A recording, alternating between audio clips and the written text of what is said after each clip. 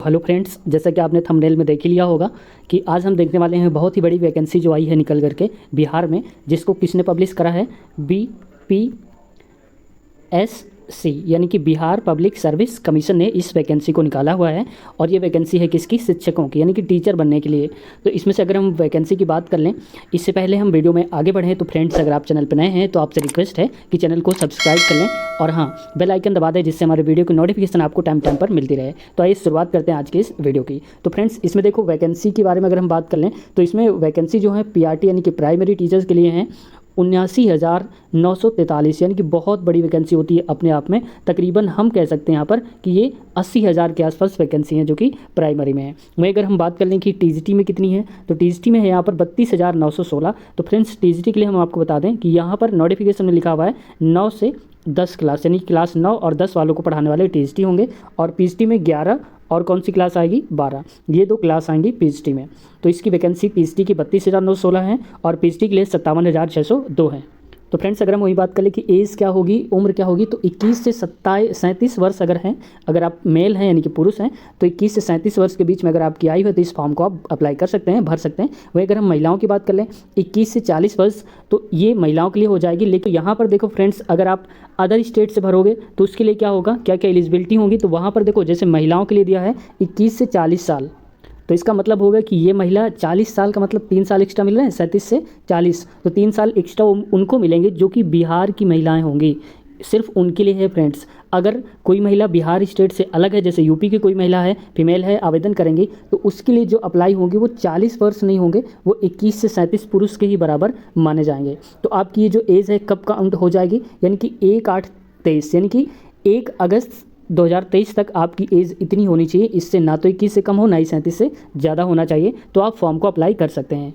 तो friends, as के अलावा भी हम कुछ चीज़ें देख लेते हैं कि इसमें एलिजिबिलिटी क्या होगी, योग्यता क्या होगी। तो अगर आप प्राइमरी के लिए अप्लाई करना चाहते हैं तो आपके पास ग्रेजुएशन होना चाहिए। ग्रेजुएशन में चाहे आपने BSc किया हो या BA किया हो या BCom किया हो, तो ये 50% होना चाहिए ग्रेजुएशन में मार्क्स आपके। और सेकंड एलिजिबिलिटी क्या है, योग्यता क्या है कि आपके पास B.Ed होना चाहिए। अगर B.Ed नहीं तो BLED होना चाहिए, या अदर कोर्स जो भी आपने करा हो वो होना चाहिए। हर एक राज्य का अलग अलग एक कोर्स होता है, वो होना चाहिए आपके पास।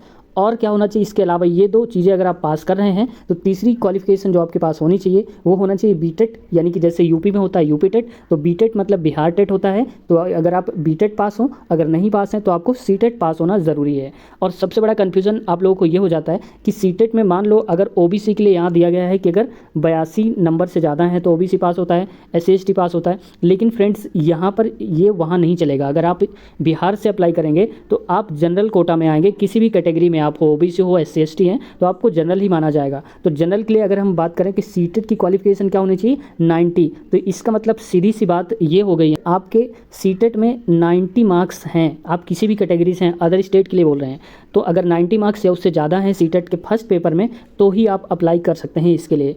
पास ज़रूर हो सकते हैं। मान लो कि आप यूपी से हैं और आपके 84 नंबर आ रहे हैं OBC, तो आप पास दिखाएंगे, लेकिन आप भर नहीं सकते इस फॉर्म को। क्यों? क्योंकि वहाँ पर अदर स्टेट के लिए आप अप्लाई कर रहे हैं, तो अदर स्टेट के लिए आप जनरल माने जाएंगे। और जनरल के लिए क्या होता है, क्वालिफाइंग मार्क्स CTET में 90, तो इस वजह से आपके मार्क्स 90 या उससे ऊपर हैं, किसी भी कैटेगरी से आप हैं, किसी भी राज्य से हैं, तो आप भर सकते हैं। बिहार वालों के लिए ये छूट मिल सकती है कि जो भी क्वालिफिकेशन होता है CTET का। अब हम बात करते हैं फ्रेंड्स TGT के लिए, यानी कि 9th 10th वाले टीचर जो बनेंगे, तो उनके पास ग्रेजुएशन होना चाहिए और B.Ed होना चाहिए, और साथ ही साथ CTET का पेपर 2 पास होना ज़रूरी है।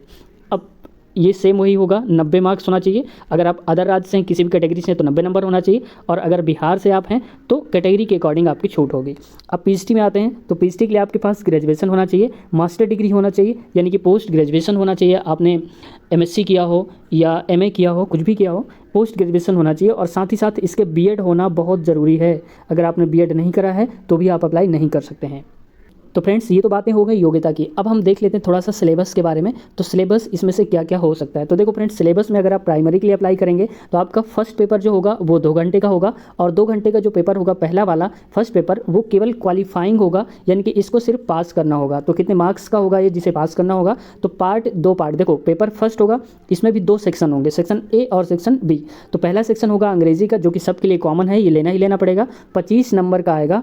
और दूसरा जो है उसी में B पार्ट होगा, जिसमें से हिंदी, उर्दू, बंगाली। तो इनमें से कोई एक भाषा आप सेलेक्ट करेंगे तो ऑब्वियस सी बात है ज़्यादातर लोग हिंदी सिलेक्ट करेंगे। तो आप चाहे हिंदी, उर्दू या बंगाली कोई एक भाषा लें, जिस भाषा का जो क्वेश्चन होंगे वो 75 होंगे, एक मार्क्स के पेपर होंगे। ठीक है, तो मतलब कहने का ए और बी यानी कि टोटल हो जाएगा 100 नंबर जो होगा पेपर फर्स्ट वाला पेपर, वो केवल क्वालिफाइंग होगा, उसमें कोई भी मेरिट नहीं ऐड होगी। अब बात हम करते हैं अगर पेपर 2 जो होगा, तो ये पहला तो हो गया क्वालिफाइंग ये वाला। अब इसके बाद पेपर 2 की हम बात करते हैं, तो पेपर 2 ये भी 2 घंटे का होगा, लेकिन 120 मार्क्स का होगा, यानी कि 120 मार्क्स का होगा, जिसमें से पूछा क्या जाएगा, आपको मैथ पूछा जाएगा, जीके के क्वेश्चन होंगे, करंट अफेयर्स के क्वेश्चन होंगे, और बिहार स्पेशल जीके तो बहुत ही इंपॉर्टेंट है। तो आगे हम बात भी करेंगे डिटेल से नेक्स्ट वीडियो में, लेकिन अभी हम फिलहाल जान रहे हैं इस पेपर के बारे में कि अब हम अप्लाई क्या क्या करें, कैसे कर सकते हैं। ठीक है फ्रेंड्स, तो अगर आप अप्लाई करना चाहते हैं, ये सारे क्राइटेरिया आप फॉलो कर रहे हैं जो हमने अभी बताए हैं, तो एप्लीकेशन जो स्टार्ट हो चुका है वो 27/6 से, अब देखो पहले से स्टार्ट था लेकिन हमने 27 से क्यों डाला है, क्योंकि अपडेट हुआ है, जो अदर स्टेट लागू हुए हैं वो 27 तारीख से ही लागू हुए हैं। तो हमारा मेन मकसद है कि अदर राज्य जो दूसरे राज्य के कैंडिडेट हैं जैसे यूपी के हो गए, तो उनके लिए हम मेन वीडियो बना रहे हैं। तो यहाँ पर देखो 27 से अपडेट किया गया है, तो 27 से अलाउ हो गया है कि अदर स्टेट के आप फिल कर सकते हैं। तो 27 से 12 के बीच में डेट है।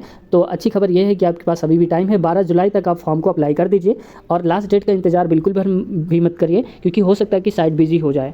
अब अगर हम बात करें वहीं पर फीस की, तो फीस 750 रुपये लगेगी। अगर आप बिहार के अलावा किसी भी राज्य से, ध्यान से सुनिएगा, क्योंकि अगर आप बिहार के रहने वाले नहीं हैं, किसी दूसरे राज्य के हैं, तो आप कैटेगरी कोई सी भी हो, आपको 750 रुपये देने ही देने पड़ेंगे। और अगर आप SC ST हैं, तो अगर 200 रुपये इनके लिए है जो कि बिहार के ही हैं। तो सिंपल सी बात आप ये समझ लो कि अगर आप केवल बिहार के हैं तो SC ST बिहार के हैं तो 200 रुपये, जनरल OBC बिहार के रहने वाले हैं तो 750 रुपये, लेकिन अदर स्टेट के हैं बिहार के अलावा, तो किसी भी कैटेगरी में हो आप, जनरल OBC SC ST, आपको 750 रुपये ही पे करने होंगे। तो आई होप गाइस वीडियो आपको पसंद आई होगी, और अभी हम बात करेंगे कि सिलेबस क्या क्या आएगा डिटेल से, तो नेक्स्ट वीडियो में हम इसके बारे में बात करेंगे। तो अगर आप चैनल पर नए हैं तो चैनल को सब्सक्राइब कर लें, और मिलते हैं नेक्स्ट वीडियो में। तब तक के लिए टेक केयर, बाय बाय।